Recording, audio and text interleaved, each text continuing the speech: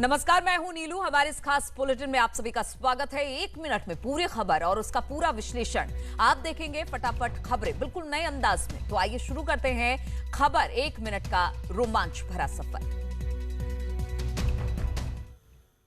आगरा में दो भाई के बीच विवाद इतना बढ़ गया कि छोटे भाई ने बड़े भाई की बाइक में आग लगा दी। दो भाइयों के बीच विवाद चल रहा था और इसी विवाद को लेकर छोटे भाई ने आग लगा दी। आग लगाने का ये मामला थाना ताजगंज इलाके का है। बड़े भाई की बाइक घर के बाहर खड़ी थी, तभी छोटे भाई ने बाइक का पेट्रोल वाला पाइप निकाला और पेट्रोल बाइक पर छिड़क दी। पेट्रोल डालने के बाद लाइटर से बाइक को आग के हवाले कर दिया। आग लगते ही बाइक धू-धू कर जलने लगी।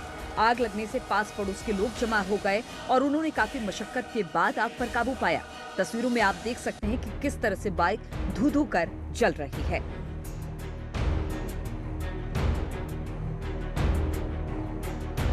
ललितपुर में एक दिल दहला देने वाली घटना सामने आई। यहाँ एक युवक किसी बात पर अपनी मां से नाराज हो गया और कुल्हाड़ी से मारने की कोशिश की। हालांकि युवक की मां किसी तरह से वहां से जान बचाकर भाग गई, लेकिन सनकी युवक ने अपना गुस्सा एक मासूम जानवर पर उतार दिया। उसके ही घर में बंधे गाय के बछड़े को युवक ने कुल्हाड़ी से वार करके मार दिया। घटना के बाद लोगों ने पुलिस को सूचना दी।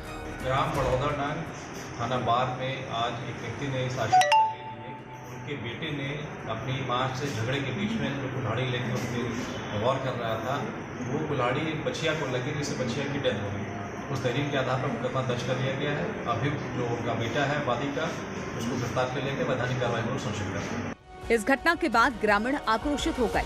वहीं सूचना मिलने के बाद स्थिति को संभालते हुए पुलिस ने आरोपी युवक को गिरफ्तार कर लिया है। परिजनों का कहना है कि युवक मानसिक रूप से विक्षिप्त है। बलिया में सोमवार देर शाम एक निजी चैनल के पत्रकार रतन सिंह की गोली मारकर हत्या कर दी गई। इस मामले में पुलिस ने अब तक 6 मुख्य आरोपियों को गिरफ्तार किया है, जबकि 4 अन्य की तलाश जारी है। मुकदमा दर्ज किया गया था और उसमें कुल 10 लोग नामित थे, जिसमें 6 लोगों की गिरफ्तारियां हो चुकी हैं। और ये वहाँ गए हैं और गाड़ी तुरंत गाड़ी लेकर के पक गए हैं वहाँ से। एट स्पॉट घटना पर ये एसएस मौली थे। मामले की गंभीरता को देखते हुए सीएम योगी आदित्यनाथ ने मृतक के परिजनों को 10 लाख रुपए का मुआवजा देने का ऐलान किया। साथ ही आवश्यक कदम उठाने के निर्देश भी दिए हैं। पत्नी को, उनके बच्चे को होना चाहिए, उसके बारे में भी उनकी संवेदनाएं हैं। उत्तर प्रदेश सरकार स्वर्गीय रतन सिंह जी और उनके परिवार के साथ इस दुखी घड़ी में खड़ी है। बताया जाता है कि कुछ दिनों पहले रतन का उनके पटीदारों से किसी बात को लेकर विवाद हुआ था। तब उन्होंने जान से मारने की धमकी भी दी थी। बागपत में पुलिस का ऑपरेशन क्लीन जारी है। पुलिस ने अपराधियों की धरपकड़ तेज कर दी है, जिसका नतीजा है कि पिछले 48 घंटे में ही पुलिस ने 10 अपराधियों का इनकाउंटर कर दिया। हत्या की वारदात को अंजाम देकर भाग रहे बदमाशों को पुलिस ने मुठभेड़ के बाद गिरफ्तार कर लिया है। इसमें एक अपराधी के पैर में गोली लगी है, जबकि एक अपराधी फरार हो गया। पकड़े गए अपराधी की पहचान सोनू पंडित के नाम से हुई है। सवेरे ही पुलिस द्वारा गिरफ्तार किए गए थे। इन दोनों पर 25-25 हजार रुपए का इनाम था। यहाँ पर इनकी रेड्स के लिए टीम्स लगी हुई थी और साथ में चेकिंग चल रही थी। इनको अंदेशा था कि इन तक बहुत जल्दी पुलिस पहुँच जाएगी। ये इस क्षेत्र से भागना चाहते थे, तो यहाँ चेकिंग में ये फंस गए, जहाँ पर इन्होंने पुलिस पर फायर करते हुए भागने की चेष्टा की। रिटेलिएटरी फायरिंग में दोनों बदमाश घायल हो गए हैं। इसमें थाना छपरौली की और जनपद बागपत की एसओजी टीम का ये जॉइंट ऑपरेशन था। पुलिस ने बताया कि बदमाश राहुल नाम के युवक की हत्या करने के बाद भागने की कोशिश कर रहे थे, जिसे पुलिस ने समय रहते नाकाम कर दिया। झांसी में आरपीएफ ने एक फर्जी सिपाही को गिरफ्तार किया। आरोपी युवक फर्जी सिपाही बनकर रेलवे स्टेशन और अपने गांव वर्दी का रौब दिखाता था। आरपीएफ के अफसर जब अपनी टीम के साथ रेलवे स्टेशन पर गश्त और चेकिंग कर रहे थे, तो उन्हें पता चला कि सोनागिरी रेलवे स्टेशन पर आरपीएफ का एक संदिग्ध सिपाही है। जिसके बाद वो अपनी टीम के साथ सोनागिरी रेलवे स्टेशन पहुंचे और युवक से पूछताछ की। पूछताछ में उसके फर्जी होने का पता चला। इसके बाद पुलिस उसे पकड़कर थाने ले आई। सोनागिरी रेलवे स्टेशन पर एक व्यक्ति आरपीएफ की वर्दी पहनकर ड्यूटी कर रहा था और यात्रियों पर और झाड़ रहा था। सूचना मिली तो मैंने यहाँ से स्टाफ भेजा सोनागिरी और दतिया से और झांसी से। जब चेक किया गया तो फर्जी पाया गया, जिसको दतिया चौकी पर लाकर जीआरपी दतिया को सुपुर्द किया गया। आरोपी युवक के पास से विभागीय वर्दी, फर्जी आईडी कार्ड, बैग समेत कई चीजें मिली हैं। बलरामपुर में युवक का आतंकी कनेक्शन और गोरखपुर में संदिग्ध युवक मिलने के बाद सुरक्षा एजेंसी अलर्ट मोड पर रखी गई है। गोरखपुर जोन के एडीजी दावा शेरपा का कहना है कि भारत नेपाल सीमा पर सुरक्षा और सख्त कर दी गई है। ओपन बॉर्डर है, कहीं से आदमी कहीं आए जाए, इसकी संभावना बनी रहती है। और वर्तमान जो राजनीतिक परिदृश्य है नेपाल भारत इत्यादि को लेकर, तो इसका फायदा लेने के लिए कोई तीसरा पक्ष जो देश विरोधी गतिविधि करने के लिए हमारे यहाँ आने जाने की एक संभावना है। एलआईयू के साथ साथ लोकल लोगों को भी अलर्ट किया गया है। साथ ही संवेदनशील जिला गोरखपुर में भी सतर्कता और बढ़ा दी गई है। बलरामपुर और गोरखपुर के युवकों के आतंकी कनेक्शन सामने आने के बाद भारत नेपाल सीमा पर सुरक्षा व्यवस्था और सख्त कर दी गई है कि कोई भी अवांछित तत्व गलत इरादे से देश में प्रवेश ना कर पाए। अखिलेश पांडे के साथ रामगोपाल द्विवेदी, न्यूज 18 गोरखपुर। गैंगस्टर विकास दुबे के जीवन पर आधारित फिल्म जल्द ही रिलीज होने वाली है।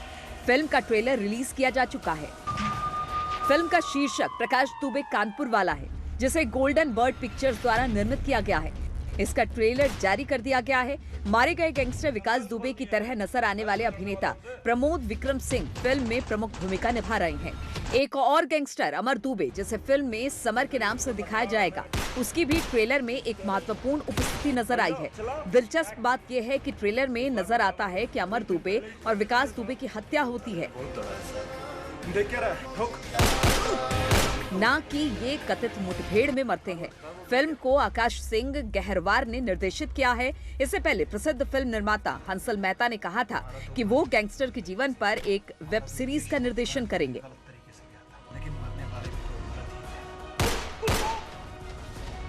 वासुदेव ने कहा जब छल का आशय धर्म तो छल भी धर्म है।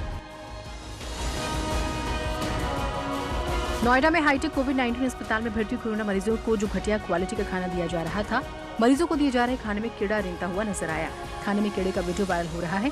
कोरोना मरीजों के खाने में कीड़ा मिलने की बात सामने आने के बाद डीएम ने जांच रिपोर्ट मांगी है। जो खाने की गुणवत्ता के बारे में शिकायत प्राप्त हुई है, उसके संबंध में मुख्य चिकित्साधिकारी को निर्देश दिया गया है टीम गठित करते हुए खाने की गुणवत्ता को परखने के लिए और तथ्य को जांच करने के लिए डॉक्टर्स की टीम गठित की गई है। और इसी के क्रम में अपर मुख्य चिकित्साधिकारी की अध्यक्षता में टीम गठित किया गया है। जैसे भी टीम की आख्या आएगी, उसके क्रम में जो नियमानुसार कार्रवाई करनी होगी वो ज़रूर की जाएगी। घटना के बाद डीएम ने सीएमओ को निर्देश दिए हैं कि टीम गठित कर मामले की जांच कर दोषियों के खिलाफ कड़ी कार्रवाई की जाए। सूबे में लगातार हो रही घटनाओं को लेकर विपक्ष आक्रामक है। कांग्रेस महासचिव प्रियंका गांधी वाड्रा की ओर से ट्वीट कर निशाना साधा गया और आरोप लगाया गया कि उत्तर प्रदेश में 2 दिन में दर्जन भर मर्डर हो गए। प्रियंका ने अपने ट्वीट में लिखा, उत्तर प्रदेश के सीएम सरकार की स्पीड बताते हैं और अपराध का मीटर उससे दुगुना स्पीड में भागने लगता है। प्रत्यक्षम किम प्रमाणम, ये उत्तर प्रदेश में केवल 2 दिनों का अपराध का मीटर है। वहीं प्रियंका गांधी ने ट्वीट पर पलटवार करते हुए उत्तर प्रदेश पुलिस ने एक ट्वीट किया, जिसमें प्रदेश में क्राइम के विस्तृत आंकड़े और उस पर कार्रवाई की बात भी लिखी गई।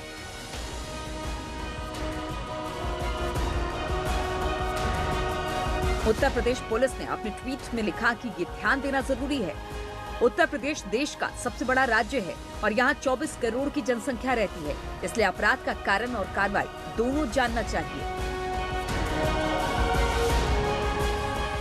मायावती ने आज दिल्ली स्थित अपने आवास पर प्रेस कॉन्फ्रेंस को संबोधित किया। प्रेस कॉन्फ्रेंस के दौरान मायावती ने कहा कि जिस तरह से प्रदेश में आपराधिक वारदातें हो रही हैं, उस स्थिति में उनका हर जगह पहुंच पाना मुमकिन नहीं है, इसलिए पार्टी वारदातों की संवेदनशीलता को देखते हुए नेताओं को पीड़ितों से मिलने की जिम्मेदारी दी गई है।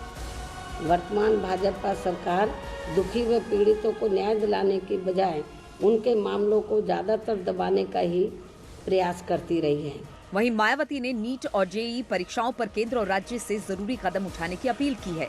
मायावती ने कहा कि अभी कोरोना है और सभी स्कूल बंद हैं। केंद्र व राज्य सरकारों से भी मेरी खास अपील है कि वे इन परीक्षाओं की हर प्रकार से ऐसी तैयारी व व्यवस्था करें जिससे देश के भविष्य ये छात्र पूरी तरह से सुरक्षित रहें। मायावती ने प्रेस कॉन्फ्रेंस के दौरान ये भी कहा कि वो प्रदेश में होने वाले अपराधों को विधानसभा में उठाएंगी। वाराणसी में डोम राजा का निधन हो गया। जगदीश चौधरी काशी के डोम राजा के तौर पर जाने जाते रहे। काशी के डोम राजा जगदीश चौधरी के निधन पर प्रधानमंत्री नरेंद्र मोदी ने दुख व्यक्त किया है।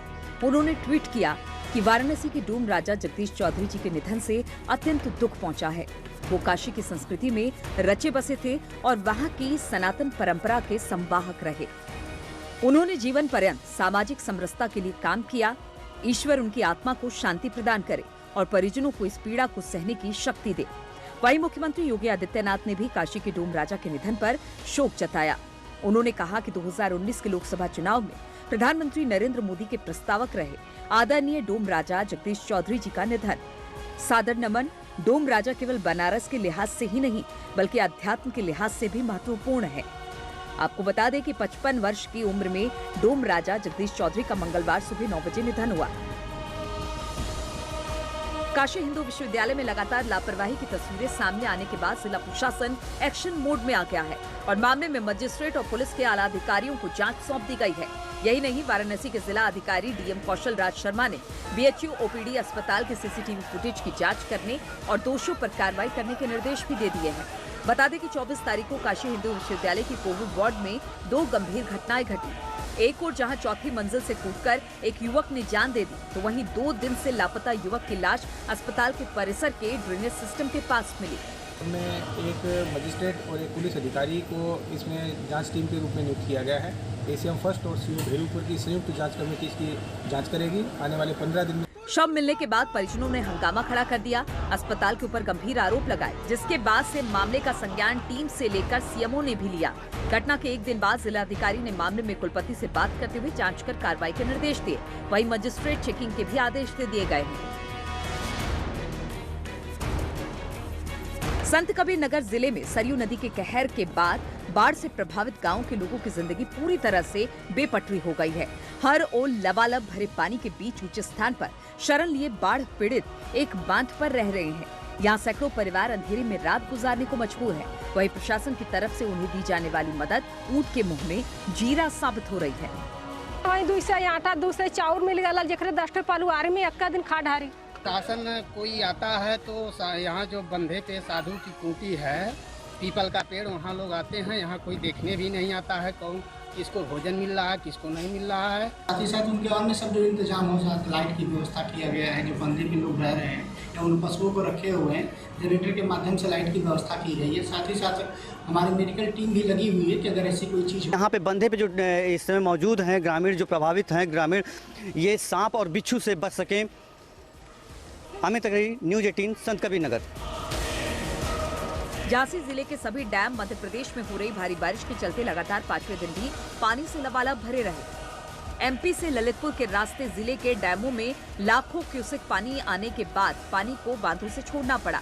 5 दिन के अंदर 5 लाख क्यूसेक से भी अधिक पानी जिले के बांधों से छोड़ा गया। चारों जो महत्वपूर्ण डैम हैं जो बेतवा नदी पर बने हुए हैं, इन सभी में डिक्रीजिंग ट्रेंड देखने को मिल रहा है। बीच के जो 2 दिन निकले हैं इसमें बहुत ज़्यादा पानी आया था। बुंदेलखंड के सभी बांध पानी से पूरी तरह से भरे हुए हैं। फिलहाल जिले के सभी बांधों पर जिला प्रशासन से लेकर मंडल के अफसर लगातार निगरानी कर रहे हैं।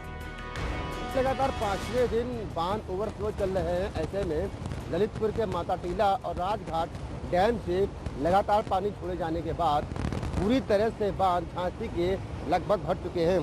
इस समय हम देखिए परीक्षा डैम है, ये लगातार 4थे दिन ओवरफ्लो चल रहा है।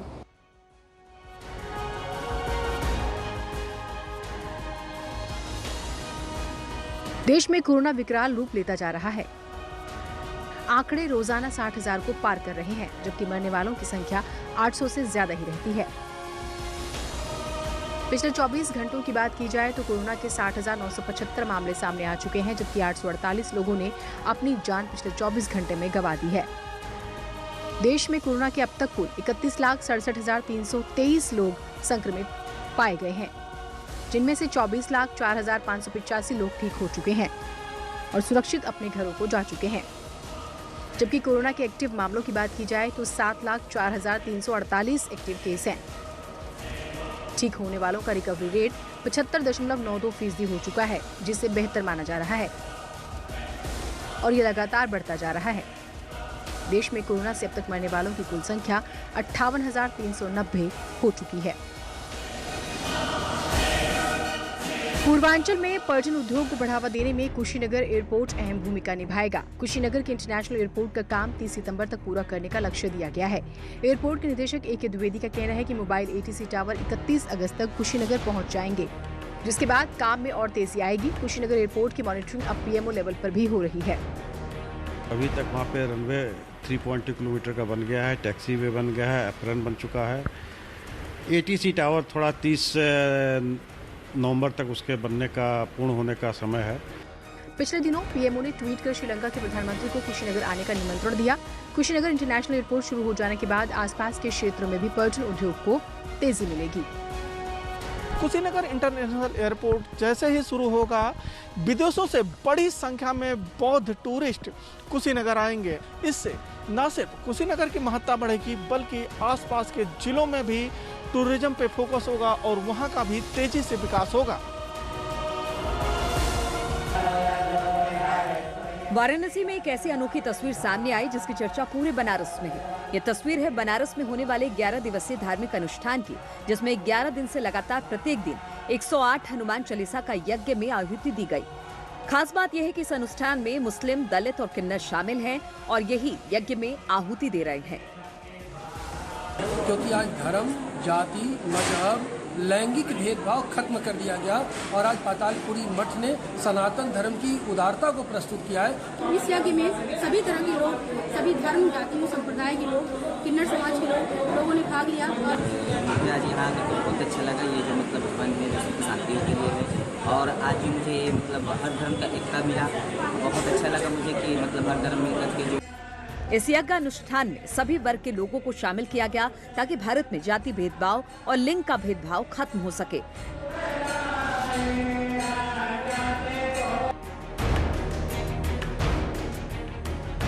अभिनेता सुशांत सिंह का मामला CBI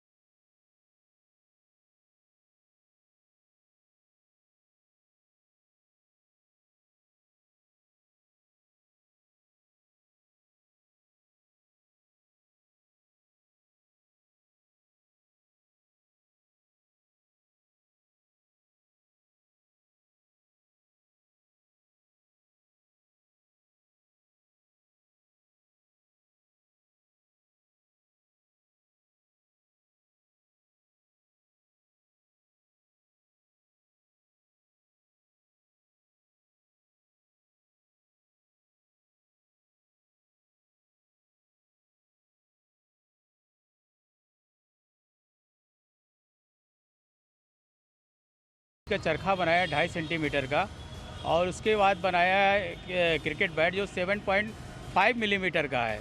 उसके बाद 10 mm की हॉकी बनाई मैंने और 2.5 सेंटीमीटर का हेलीकॉप्टर बनाया और सबसे छोटी कार बनाई जो जिसका नाम लैलो रखा गया है।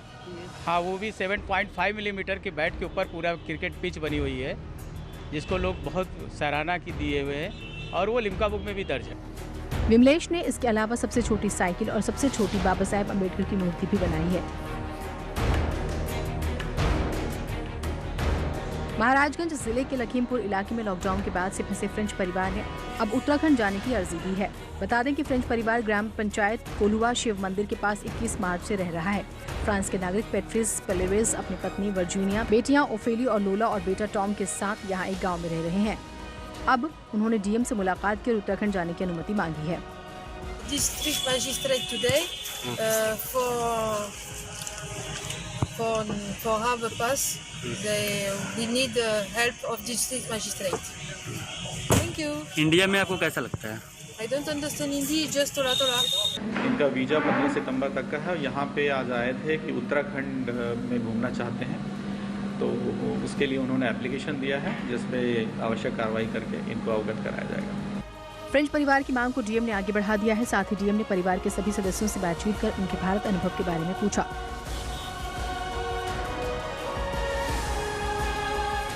और रुकेंगे यहाँ पर छोटे से ब्रेक के लिए, जल्द हाजिर होते हैं।